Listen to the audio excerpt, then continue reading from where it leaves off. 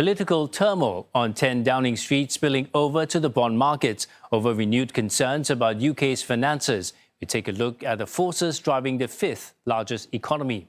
Yields for the UK's 30-year gilt jumped to the highest level since 1998, while the 10-year yield reached its highest since the financial crisis in 2008. Now, gilts are the name of UK government bonds derived from the gilded edges of certificates. Now, what does this mean and why does it matter?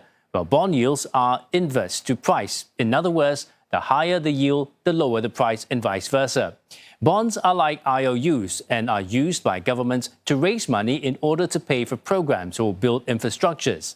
Higher yields means it's more expensive for government to borrow money, and analysts say currently about a tenth of the UK's government spending is used to service debt interest.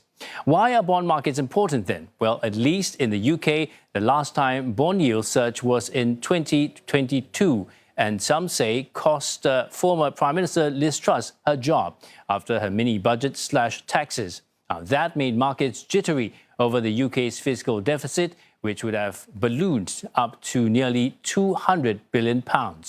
Gilt yields soared and sterling took a pounding. And a check on how the UK market is performing, yields of the 10-year gilt currently at 5.13%, the 30-year at 5.825%, while the pound is losing ground against the dollar.